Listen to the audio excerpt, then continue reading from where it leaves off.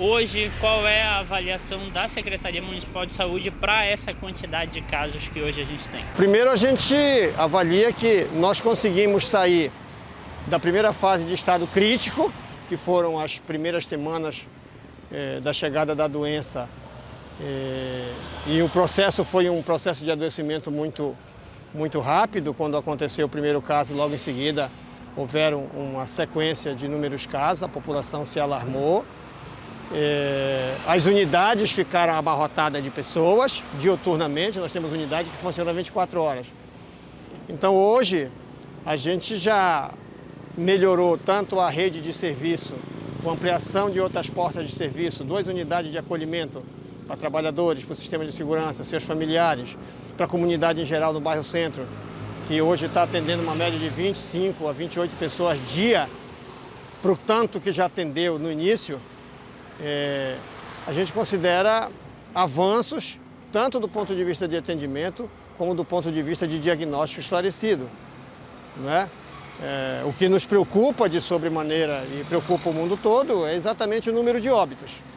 Mas se nós entrarmos na discussão dos óbitos, nós vamos ver que nós temos um déficit de serviço grande da retaguarda de alta complexidade, que o município de Breves não tem como resolver, e os outros municípios também não têm como resolver, e o estado está colapsado, né? Tanto a rede do Amapá, como a rede de Manaus, como a rede de Belém, todas estão colapsadas. Então, chega um determinado momento que tu não tens para onde mandar um paciente quando ele agrava para o estado grave da doença. Neste momento, nós estamos numa fase que nós, até domingo, a comunidade estava calma. Estava com lockdown do estado. Estava todo mundo quieto e houve uma pressão muito grande no sentido de que a parte comercial, que é o que move a nossa economia, fosse reaberta com algumas restrições. E, lamentavelmente, a nossa comunidade ela entendeu que a retirada da palavra lockdown teria tirado as restrições. E hoje nós vemos essa grande movimentação de pessoas, né, que poderá culminar com uma segunda onda, vamos dizer assim. Porque o cidadão ainda não entendeu que ele é o principal agente no processo da relação saúde e doença. Quanto ao serviço, nos proporcionou essa redução de procura de pessoas doentes nas unidades de saúde, nos proporcionou a redimensionar o nosso serviço. Hoje nós temos, por exemplo, equipe volante indo de casa a casa. Nós temos um monitoramento regular, e aqui eu queria pedir para as pessoas que às vezes se incomodam porque vê o médico monitorando um paciente, aí ele diz assim: ah, mas eu não recebi nenhum contato. Então faça você o contato com o médico, faça você o contato com o serviço, porque as nossas unidades estão dotadas de aparelhos de comunicação para receber também o contato do cidadão. Nós precisamos de entender que o processo de saúde e doença é uma via de mão dupla. Ou eu vou até você, você vem até mim. Nós precisamos fazer essa interação, comunidade, serviço, serviço, comunidade. Portanto, hoje nós já temos, além da manutenção das portas abertas por serviço de triagem nos bairros Centro e na Nova Breves, nós já temos o serviço de monitoramento permanente, nós temos o serviço da equipe volante, que ela está indo de casa em casa fazendo busca ativa de pessoas que entram em contato e pedem o socorro, mas isso não impede que a pessoa vá ao posto de serviço.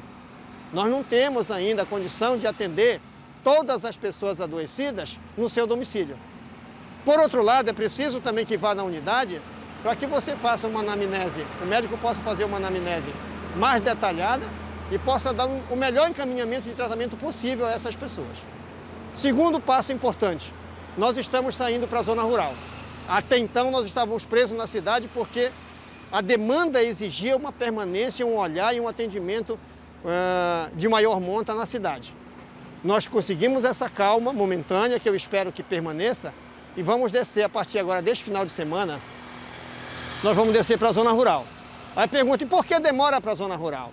Nós não podemos descer para a zona rural tão somente para distribuir remédio. Nós temos que levar serviço. E serviço é feito pela equipe de enfermagem e pela equipe médica. Nós não podemos correr o risco de colocar medicamento dentro de um saquinho e distribuir para a população e comprometer a vida útil dessa pessoa pós-pandemia. Medicamento é droga, droga tem consequência. Então, nós vamos estar levando o serviço, levando o medicamento E a nossa demora um pouco para chegar na zona rural, ela decorre exatamente de uma remessa de teste rápido que nós estamos comprando. O município está aquisitando o teste rápido para que nós possamos levar teste. E aí eu queria fazer um alerta a todos os interessados. Nós não temos teste para fazer em toda a população. A testagem será por amostragem. Mas pela amostragem nós teremos condições de determinar que em determinada área rural nós temos a transmissão da doença acontecendo. Secretário, qual é a avaliação que vocês fazem da abertura do comércio? Qual é que é a percepção que hoje vocês estão tendo de toda essa movimentação que inclusive está passando aqui perto? Primeiro a gente precisa entender, Marlon, que na relação capital e serviço social, um depende do outro. Então, a tomada de decisão do governo municipal, e eu falava isso com o Ministério Público ontem, nós tivemos uma reunião com o Ministério Público ontem, ela não decorreu de medida aleatória. Foi uma medida discutida com todos os setores da governança e com a parte mais interessada, a Associação Comercial e CDL. Então havia um clamor, né? Todo mundo, nunca é demais a gente mencionar que a nossa economia, ela é comércio, ela é serviço e emprego público, subemprego e informalidade. Então, como nós não temos condições financeiras de bancar essas pessoas em casa, com fome, sofrendo, houve esse entendimento de flexibilizar, tirando a palavra lockdown do decreto, mas mantendo todas as medidas de proteção. Não foi tirado do decreto a obrigação da higienização, não foi tirado do decreto a obrigação do uso da máscara, não foi tirado do decreto a obrigação do distanciamento, não foi tirado do decreto nenhuma medida restritiva. O que não está acontecendo nesse momento é o entendimento do cidadão. O cidadão precisa entender que a vítima do sistema é ele. E na relação que eu colocava ainda há pouco, para que a gente possa cumprir minimamente com o serviço para o cidadão, que nós chamamos da parte social, é preciso ter economia. Ah, por que falta isso numa unidade de saúde? Porque não tem dinheiro. Por que não tem dinheiro? Porque tu não tem uma economia funcionando. Seja ela estadual, municipal, estadual ou nacional, que dê suporte para isso.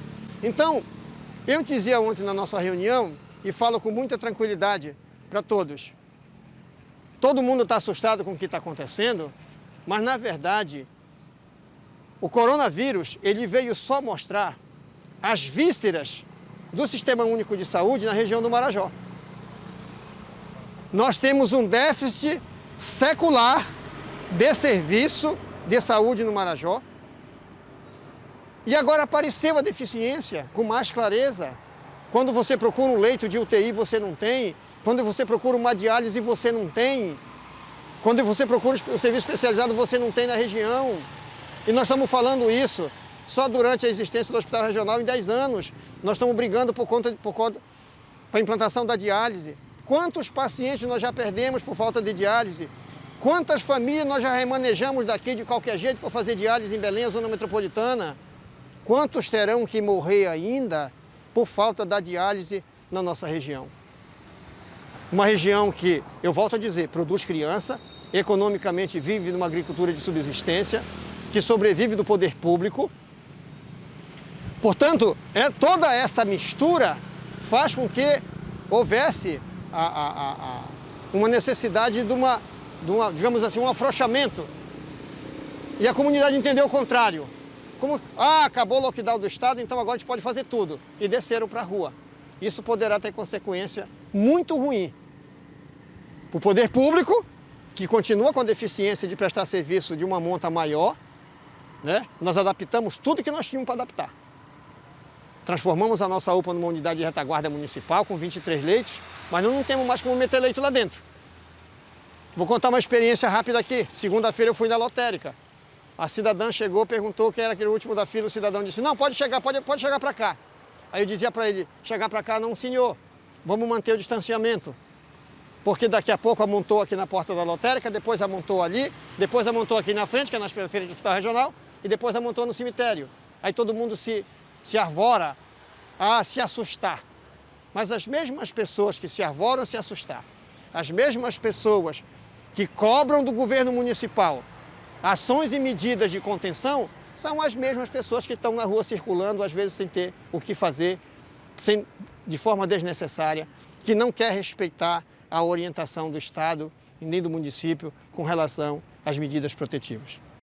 Secretário, a gente sabe que essa deficiência ela é regional e nos últimos dias a gente acompanhou uma pesquisa feita aqui pelo IBOP e essa pesquisa apontou um número muito alto de subnotificações. Isso já era esperado pela Secretaria de Saúde? Sim. Desde o início, quando nós começamos a discutir coronavírus na nossa região, dentro do estado, foi-nos informado que 80% dos casos poderão ser casos assintomáticos. Então, quando é que você vai descobrir um caso assintomático? O dia que a doença se manifesta nele, que ele passa a ser sintomático, ou se você fizer a testagem em massa ou por amostragem, como foi o caso da pesquisa. Então, qual foi o parâmetro que eles usaram? Eles usaram o parâmetro de que a cada 10 pessoas, 4 deram positivos. Se a cada 10, 4 deu positivo, significa dizer que no método que eles utilizam da estatística matemática deles, 1/4 da população de 100 mil está infectado. Então, eu não discuto metodologia de pesquisa, porque eu não sou pesquisador e não sou estaticista, né? Mas respeito. Eu acho que o estudo serviu para isso. E volto a dizer, se 80% das pessoas, dos casos de coronavírus são assintomáticos, evidentemente que nós não temos como detectar se não sair fazendo testagem ou se a doença não se manifestar para que o paciente procure. E a gente ainda lida com uma situação mais adversa, que é o caso das pessoas que adoecem e não procuram o serviço. E não procuram ajuda. Tem muitos casos de óbitos na comunidade que hoje está confirmado como coronavírus colocado na nossa conta, porque o óbito foi no município, mas que ele não foi no serviço, porque a família não quer se afastar do doente. A família não quer ficar sem acompanhar ele no hospital, na UPA, na internação. A família não quer ficar longe daquela atividade do velório, a cerimônia do sepultamento. Então ela prefere ficar com o paciente em casa até a morte. Tem acontecido muito disso também. Então, por isso que quando você vai na estatística, que vê o número de óbitos em análise, hoje o que nós temos em análise? Nós temos os exames colhidos em SUAB da unidade sentinela e dos óbitos domiciliares. O restante é diagnosticado pela clínica do médico e pelos testes rápidos que nós estamos aplicando. Porque a gente continua aquisitando em quantidade pequena ainda. Teste nós temos, e conforme a determinação do médico, não é o secretário, não é o prefeito que manda fazer teste. É a anamnese do médico que determina a exigência do teste ou não. Que fique bem claro isso. E nós estamos comprando, deve estar chegando amanhã ou depois, um quantitativo de testes que o município está comprando para a gente poder sair, aumentar a nossa capacidade de testagem e atender a nossa população rural, que no momento também está pedindo socorro. Secretário, há uma cobrança enorme de testes em massa. Acredito que nenhum município do Brasil conseguiu fazer isso, né? Eu queria que as pessoas que pedem teste em massa me apontassem um lugar no mundo.